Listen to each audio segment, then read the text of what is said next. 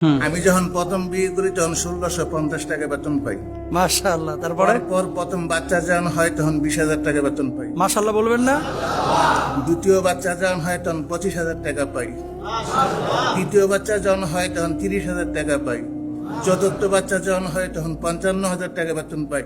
বর্তমানে 75,000 টাকা বেতন পাচ্ছি আমি। লিল্লাহে তাকবীর, লিল্লাহে তাকবীর। মানে বিয়ের আগে যখন চাকরি করছি তখন ছিল 5300 টাকা, বিয়ে করার পরে 8,000 টাকা হয়েছে। এরপরে যখন প্রথম বাচ্চা হয় 25,000, এরপরে ধাপে ধাপে মানে 30,000 হয়েছে। এখন আমার বউ প্রেগনেন্ট, এখন আমি বেতন পাই 33,500। লিল্লাহে তাকবীর।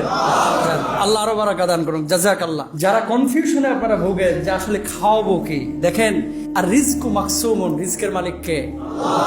দুনিয়ার কোনো মানুষ ভাই আপনাকে খাওয়ায় না।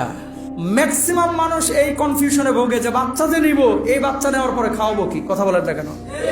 বাংলাদেশের একজন প্রসিদ্ধ বক্তা, পরিচিত ফেস, আমার সাথে মাহফিলে দেখা। ভাই, প্রথম মেয়েটা যখন হলো গাড়ি কিনলাম, দ্বিতীয় মেয়েটা হলো ফ্ল্যাট কিনলাম, তৃতীয় মেয়েটা হলো এখন আল্লাহ তালা এত রিজিক বাড়াই দিছে, এখন আর ফ্ল্যাট না, একটা বাড়ির আল্লাহ তালা ব্যবস্থা করে দিচ্ছে। সাগরের একটা নীলতিমি প্রতিদিন 7 টন গোস্ত খায়, এই গোস্তটা খাওয়াচ্ছে কে? বনের সিংহগুলোকে খাওয়াচ্ছে কে? আল্লাহ সুবহানাহু ওয়া তাআলা। এত কিছুকে আল্লাহ তাআলা খাওয়াইতে পারতেছে। আল্লাহ বুঝি আপনার ছেলেটার এতটুকু একটা পেট ভরানো আল্লাহ তাআলা জিম্মাদারি নিবে না, এটা মনে করেন কিভাবে? তার মানে ঈমানে আপনার দুর্বলতা আছে।